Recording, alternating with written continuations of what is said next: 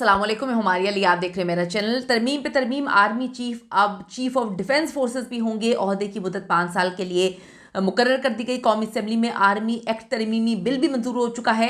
दूसरी तरफ supreme court of Pakistan में जल्जला आया, आखिर जिसका इंतजार था इन लोगों को बड़े अरसे से, जिस तरह से ये तंग कर रहे थे, जिस तरह से ये 26वीं आईनी तरमीम के बाद मामला को ख़त्म कर चुके थे, अब वो हो गया जो ये चाहते थे।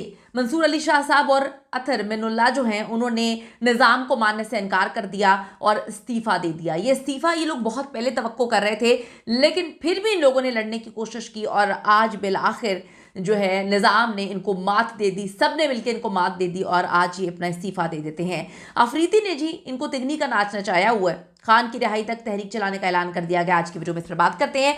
रिक्वेस्ट है चैनल को सब्सक्राइब करें, वीडियो को आखिर तक जरूर देखिएगा। चीफ ऑफ डिफेंस फोर्सेस के ओहदे की मियाद तकर्री से 5 साल हो चुकी है। फील्ड मार्शल सैयद आसिम मुनीर साहब 2030 तक अपने ओहदे पर रहेंगे। वफाकी काबीना ने Pakistan army act, Pakistan air force act और पाकिस्तान नेवी एक्ट में तरामीम की मंजूरी दे दी है। ये एक बड़ी अहम तरीन मंजूरी है। इसके बाद हर तरफ जो है चीज़ें बड़ी क्लियर हो चुकी हैं। आर्मी चीफ अब चीफ ऑफ डिफेंस फोर्सेस भी होंगे और ओहदे की मुद्दत 5 साल तक है।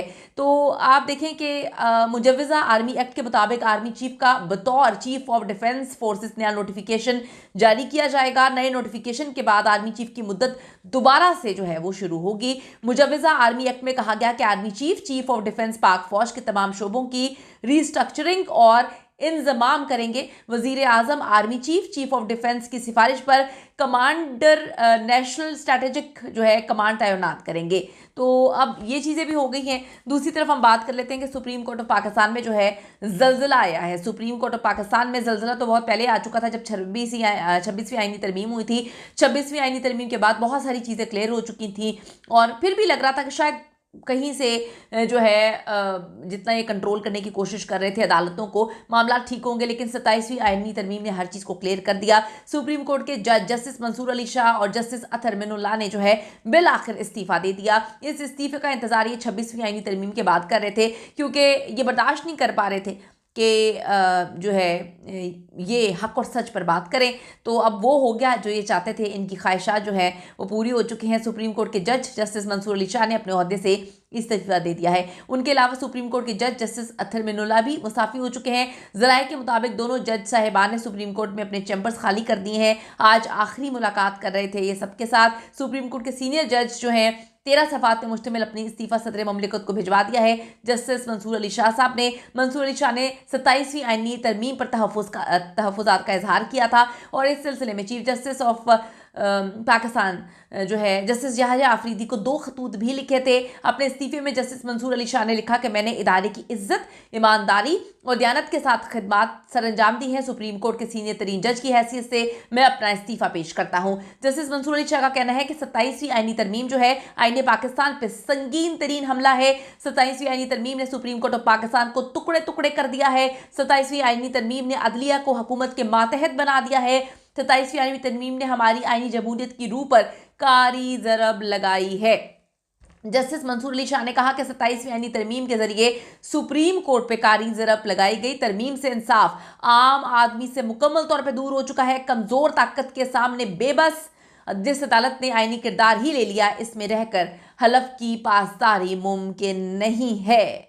बहुत कुछ उन्होंने बोला है। जस्टिस मंसूर अली शाह के मुताबिक जो 26वीं आईनी तरमीम थी, इसमें भी सुप्रीम कोर्ट आईनी सवालात का जवाब लेने और उनका जवाब देने का इख्तियार की हामिल थी। तो बहुत सारी जस्टिस अतर मिनुल्लाह ने भी जो है अपना इस्तीफ़ा सदर पाकिस्तान को भिजवा दिया है। इस्तीफे में कहा 11 साल कबल इस्लामाबाद हाई कोर्ट के जज के तौर पर हलफ उठाया, 4 साल बाद इसी अदालत के चीफ जस्टिस के तौर पर हलफ उठाया, मजीद 4 साल बाद सुप्रीम कोर्ट ऑफ पाकिस्तान के जज के तौर पे हलफ उठाया। इस्तीफे में उन्होंने लिखा कि तमाम हलफों के दौरान मैंने एक ही वादा किया, आइन से वफादारी का। मेरा हलफ किसी फ़र्द या इदारे से नहीं बल्कि आईने पाकिस्तान से था। 27वीं आईनी तरमीम से कबल मैंने उस वक्त के चीफ जस्टिस ऑफ पाकिस्तान को एक ख़त लिखा था। ख़त में इस तरमीम के मुमकिन असरात पर उन्होंने बात की थी, खदशात का इजहार किया था। उन्होंने कहा कि आज हकीकत का रूप धार चुकी हैं, बहुत सारे खदशात हमारे हमेशा पूरी दयानतदारी के साथ अपने फ़र्ज़ को अंजाम दिया, कोशिश की। आज वही हलफ मुझे इस नतीजे पर पहुंचने पर मजबूर करता है कि मैं अपना इस्तीफ़ा पेश करूं। तो 2 खुददार जजेस ने जी अपना इस्तीफ़ा इस वक्त पेश कर दिया है और सिचुएशन बड़ी अलग हो गई है, सिचुएशन बड़ी अजीब हो गई है। दूसरी तरफ अगर हम बात करें यहाँ पर कि खान की रिहाई तक तहरीक चलाने का ऐलान किया गया है आफरीदी साहब की जानिब से। गेम बस यही थी कि 27वीं तरमीम से पहले इमरान खान से इनकी मुलाकात ना हो पाए।